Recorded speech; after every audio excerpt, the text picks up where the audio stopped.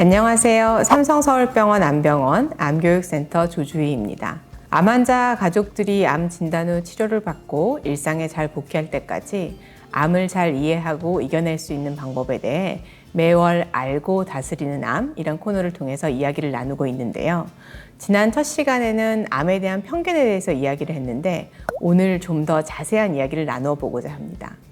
모든 단어는 사전적인 뜻을 넘어 그것이 주는 느낌이나 상징적인 의미가 있는데요.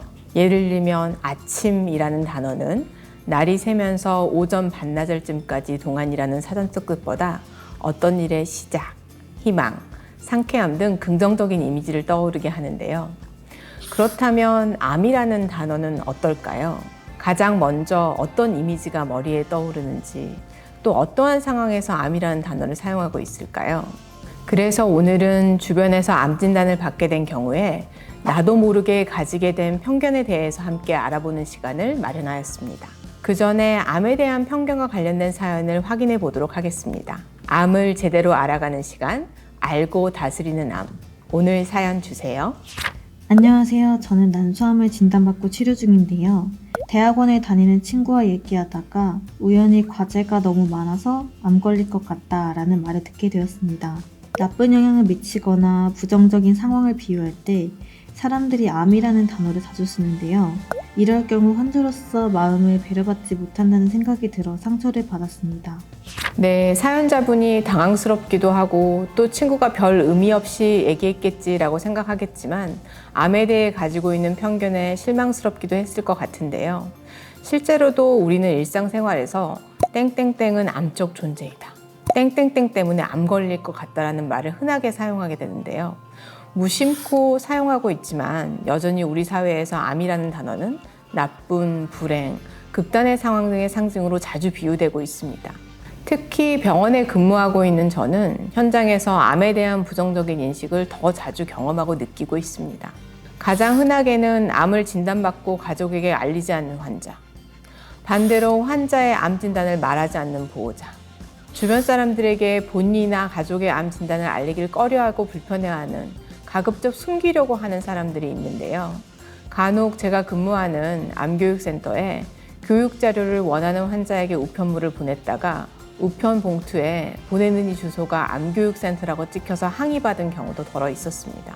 환자 주변에서는 자신이 암에 걸렸는지 모르는데 이웃이 이 우편물을 보고 자신이 암 환자인 걸 알면 어떡하냐고 저희에게 항의 전화를 하십니다.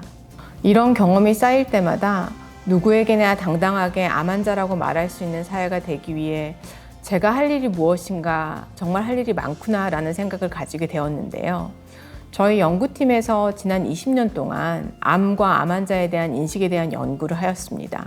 2009년 첫 대국민 설문조사 당시 우리 국민은 암 하면 가장 먼저 떠오르는 단어가 죽음, 고통, 불치병, 경제적 부담, 그리고 두려움 순으로 나타났습니다. 더 놀라운 사실은 당시 설문조사에 참여한 1000명 중에 절반이 넘는 사람이 현대의학이 아무리 발전했다 해도 암은 치료가 어렵다고 답했고, 만약 암에 걸리게 됐다고 가정하면 자신이 암 환자라는 사실을 공개할 것인지 여부를 묻는 질문에 응답자의 절반이 친구나 이웃, 직장 동료에게는 알리지 않겠다고 대답하였습니다. 이렇게 설문조사를 통해서 알 수 있듯이 암 환자에 대한 부정적인 인식이 2000년도에 만연하였는데요. 이러한 암에 대한 부정적인 인식은 늦은 질병의 진단과 낮은 생존율 때문에 있을 것이라고 생각하였는데요. 하지만 이제는 다릅니다. 특히 지난 20년 동안 암 진단과 치료 기술은 더욱더 발전하였고, 최근 국가암 통계에 따르면 암 환자의 5년 상대 생존율은 70%가 넘습니다. 어떤 암종은 조기에 발견하면 암을 경험하지 않은 사람보다 더 오래 건강하게 살 수 있습니다. 암은 더 이상 걸리면 무조건 죽는 불치의 질병이 아닙니다. 그렇다면 암 환자에 대한 인식도 그만큼 긍정적으로 변화하였을까요? 안타깝게도 암에 대한 부정적인 인식은 크게 변화하지 않았습니다. 2018년 저희는 국립암센터와 함께 일반인 1,500명을 대상으로 다시 한번 유사한 설문을 진행하였습니다. 여전히 우리 국민의 3분의 1은 암은 불치병이라고 생각하였고, 절반 이상의 응답자가 암 환자는 치료를 마치더라도 업무 능력이 떨어진다고 생각하였습니다. 더 나아가 10명 중에 6명은 가족 중 암 생존자가 있는 사람과는 결혼을 피하고 싶다고 응답하였습니다. 그렇다면 우리는 어떻게 하면 암에 대한 편견을 줄일 수 있을까요? 우선 생각의 변화가 필요합니다. 누구나 건강하게 산다고 가정하였을 때 3명 중에 1명이 암에 걸리는 요즘 사회에서 암은 자연스러운 노화 현상 중 하나이고 지금 내가 젊고 건강하지만 나도 암에 걸릴 수 있다는 역지사지의 생각이 필요할 것 같습니다. 암에 대하여 더 유연해질 때 우리 암에 대한 편견이 사라질 수 있을 것 같습니다. 실제로도 암을 다르다, 나쁘다, 남의 이야기가 아니라 내가 걸릴 수 있는 하나의 질병으로 생각할 때 암에 대한 편견이 바뀔 수 있다고 생각합니다. 두 번째, 말과 행동의 변화가 필요합니다. 무의식적으로 사용하였던 암에 관련된 부정적인 표현을 다른 단어나 표현으로 대처하는 것을 생각하는 건 어떨까요?